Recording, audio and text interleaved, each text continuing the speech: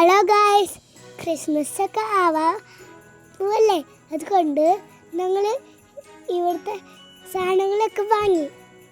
ഇതിൽ കുറേ ക്രിസ്മസ് അപ്പൂപ്പന്മാരുണ്ടായിരുന്നു. ഏതെടുക്കണമെന്ന് എനിക്ക് കൺഫ്യൂഷനായി.